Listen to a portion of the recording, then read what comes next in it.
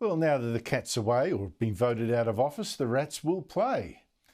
Well, to be honest, the Liberals in government did just about zero in 9 years to make the ABC do what it must by law and by its own charter. The public broadcaster must be impartial in its news, balanced in its views. What did the Liberals ever do to make sure that it was? And boy, are they going to pay for that now that they've been beaten and Labor is in power instead, promising the ABC even more money. You take the ABC's flagship Q&A show last Thursday. Forget all that pretense that, Q&A picks an audience that's balanced.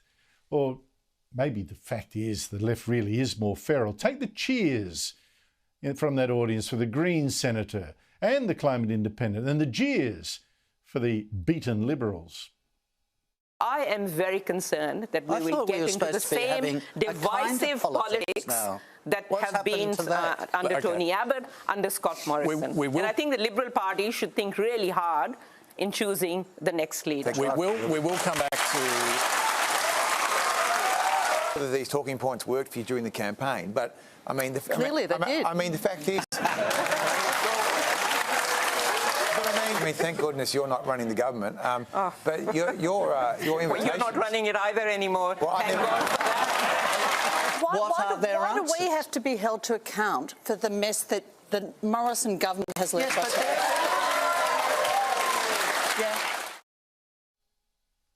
The ABC even knowingly allowed a campaign worker of that climate independent you just saw to ask a question hostile to the Liberals.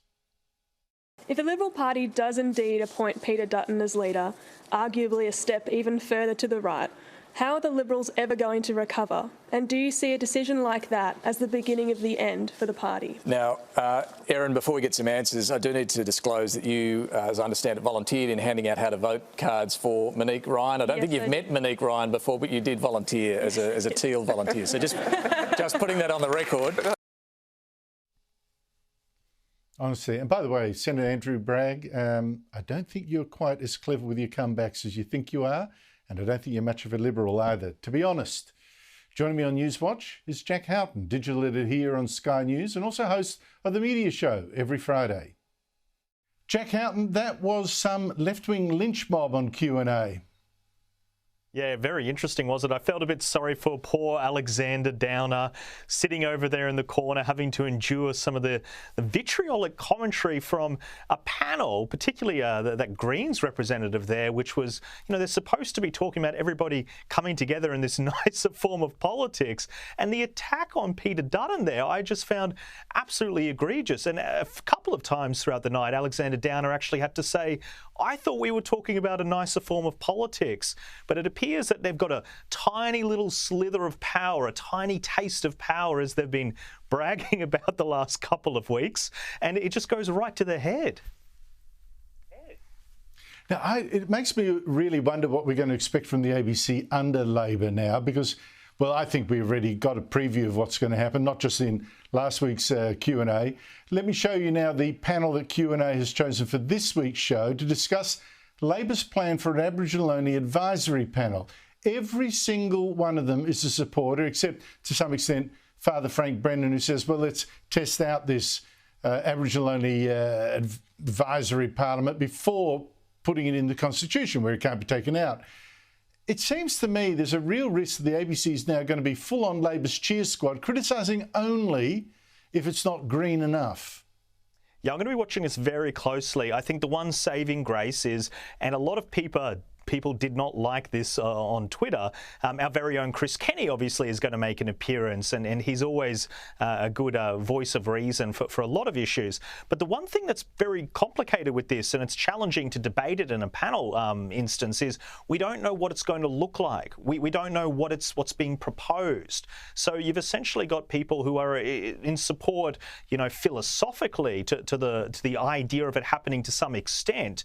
But then if you want any kind of opposition proposition. There's nothing concrete for you to really push back on. So I do think it is a danger. I think when you're doing a panel like that, you really do want that more balanced voice. But I've got to say, looking on Twitter, knowing that Chris Kenny is quite a staunch supporter of this, some of the attacks against him by people on the left, just because he happens to work at Sky News, are so appalling. They're talking about cancelling Q&A because finally a Conservative's on. Obviously, there's going to be other issues, not just the Indigenous voice to Parliament, and they just could not stand the idea of having somebody from Sky News there. And, you know, I'm going to be watching very carefully just to see how the audience reacts to some of the questions.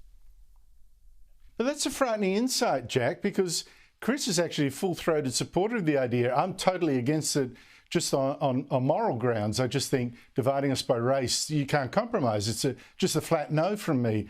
But he's actually a full-on supporter and still not pure enough for the left. I mean, because he's got other views that they don't agree with. It's so extraordinary. It's a frightening world we're moving into. Yeah, it's very interesting, and that's, you know, I love working here because we have that diversity of viewpoint where it's brilliant that we can put on programs where one presenter has an opinion that's for something and another person vehemently disagrees with it. That's the beauty of journalism and the contest of ideas, which we should be celebrating, and that is the problem with Q&A. They had to, you know, go across and find Conservatives that agreed with this proposition putting forward. Now, I don't have a strong opinion either way, but it is interesting that, you know, the voices, they all tend to be in agreement of something that we haven't really necessarily seen. That, to me, is a problem. It makes it hard to debate.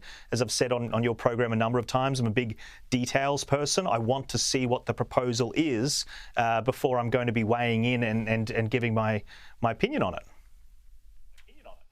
Yeah, well, I just think this is quite frightening. This is the ABC's form of push polling, a panel to discuss the issues, but we won't actually discuss them because we don't actually want people on it that are vehemently against. Britain's BBC, Jack, is just as woke as our ABC, probably even more so, I suspect. It's now under fire for running this story about lesbians who felt forced to have sex with trans women for fear of seeming transphobic, and included one woman complaining she was actually raped.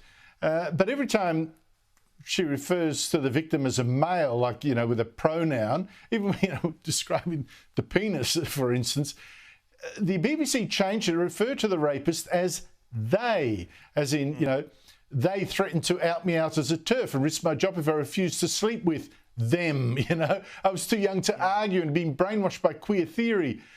So, you know, it's honestly, I agreed to go home with them, you know, not him, them. It's so extraordinary. When she talks about, even when she talks about seeing his penis, it's their penis. I mean, it's so strange. What do you make of all this? I think the BBC has a lot more problems. You know, it actually makes me thankful for the structures that exist at the ABC, because part of the reason they changed that headline, they went through there and they took out the person's quote. Now, you've got to also keep this in mind. That's what the subject who was being interviewed said. It's not as if the journalist is just writing a sentence and then, you know, committing the sin of misgendering.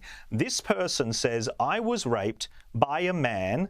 They put their penis inside of me. That's the quote. And then the BBC's complaints unit has gone through and said, no, we're censoring that. We don't like that because the accused rapist is offended by that. So then they're going through with brackets and censoring this woman who is alleged that she's been raped. That is absolutely egregious. And if you look at the complaint, there's pages and pages and pages of these complex legal arguments. Is this upholding the Charter? It's absolute madness. I actually don't see that happening here in Australia. You know, maybe for better or worse, they just tend to dismiss complaints without too much of an investigation here in Australia. But to have this taxpayer-funded body over in the UK that's implementing these broad, sweeping rules over people's journalism to the point where they're changing the quote of an alleged rape victim, I think it's unconscionable. I think it's actually very, very immoral. Well, it really, you say we don't have it here. You forgot to add the word yet. But I think this is part of the intolerance here of the left, right? If the BBC thinks, as you put it, as you say, you know, their journalists don't want to refer to this this alleged rapist as a male, all right, that's their call, I guess. But to actually then oblige in the reporting of the victim, that victim to be talking about they raped me instead of he raped me, that's imposing their moral code of speaking onto the victim, the alleged victim. I just think this is the oppressiveness here. I mean, you go and have your own ideas. Allow me mine, please, you know. But apparently that's not the case. Jack Houghton, thank you so much indeed for your time.